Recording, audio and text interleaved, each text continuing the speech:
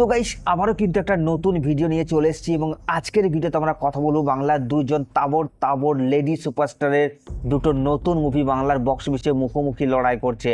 হ্যাঁ, আমি কথা বলছি শুভশ্রী ভার্সেস কোয়েল মল্লিকের যে নতুন দুটো মুভি এসছে, লহ গৌরাঙ্গের নাম রে এবং মিতিন একটি খুনির সন্ধানে। এই দুটো মুভি তাদের 2 দিন কমপ্লিট করে ফেলেছে এবং এই 2 দিনের বক্স অফিস কালেকশনে কোন মুভিটা এগিয়ে এবং কে জিতলো, কোয়েল মল্লিক নাকি শুভশ্রী?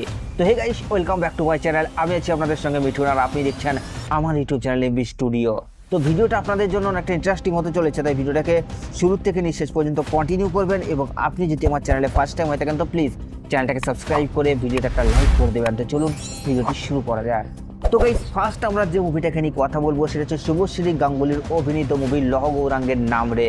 যদিও এই মুভিতে কিন্তু বাংলার আরও বেশ বড় তাবড় অভিনেতারা অভিনয় করেছেন, তারপরেও এই মুভিটা কি জোর কদমে টক্কর দিতে পারছে কোয়েল মল্লিকের মুভি মিতিনকে? তো গাইস, এই প্রশ্নটা তো প্রত্যেকটা দর্শকের মনে থেকেই যায়। যদিও মুভিগুলো অলরেডি বড় পর্দায় এখন রানিং সাকসেসফুলি, সেখান থেকে রিভিউ কেমন আসছে, রিয়াকশন কেমন আসছে। তো গাইস, আপনাদেরকে জানিয়ে দিই লহ গৌরাঙ্গের নাম রে এই মুভির কিন্তু রিভিউ রিয়াকশন ভালোই আসছে। যদিও মুভিতে কিন্তু বড় স্টার কাস্ট আছে, তাছাড়া সবথেকে বড় যে নামটা জড়িয়ে আছে সেটা হচ্ছে শুভশ্রী গাঙ্গুলি, এবং আর একটা সবথেকে বড় কারণ হলো এটা হচ্ছে সৃজিত মুখার্জির ছবি। এবং সৃজিত মুখার্জির ছবি মানে কিন্তু তার একটা আলাদা অডিয়েন্স আছে, যারা সৃজিত মুখার্জির ছবি মানে কিন্তু বাংলার বক্স অফিসে ভিড় জমাবে।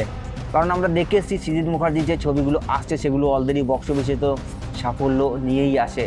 তো গাইস, এখন যদি আমরা কথা বলি যে তাহলে এই মুভিটা তো তার অলরেডি 2 দিন কমপ্লিট করে ফেলেছে, তাহলে 2 দিনে এসে কত টাকা আয় করলো? তো গাইস, আপনাদেরকে জানিয়ে দিই মুভিটা তার 2 দিনে এসে বক্স অফিস কালেকশন করেছে প্রায় 18 লক্ষ টাকার মতো, এবং টোটাল 2 দিনে মুভিটা গ্রস বক্স অফিস কালেকশন করেছে 47 লক্ষ টাকা।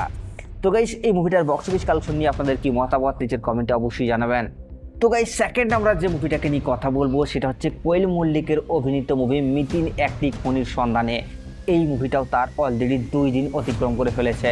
তো গাইস, আপনাদেরকে আমি জানিয়ে দিই এই মুভিটার কিন্তু রিয়াকশন রিভিউ কিন্তু মারাত্মক লেভেলের আসছে। তবে এই মুভিটার যে প্রথম আগের দুটো পার্ট ছিল সেগুলো তো দর্শকদের কাছ থেকে ভালো রকমের সাফল্য পেয়েছে, হিট সুপারহিট ব্লকবাস্টার তো হয়েইছে।